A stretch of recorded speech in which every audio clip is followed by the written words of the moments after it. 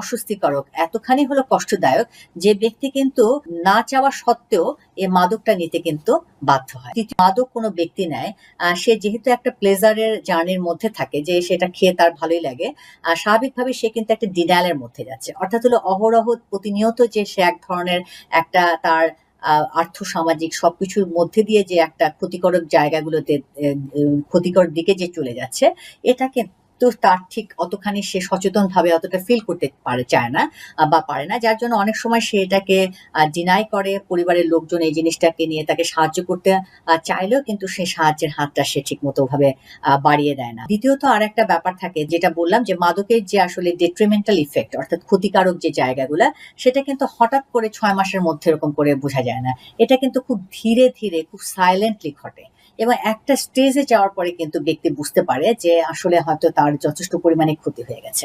এবং এই যে মাদকের যে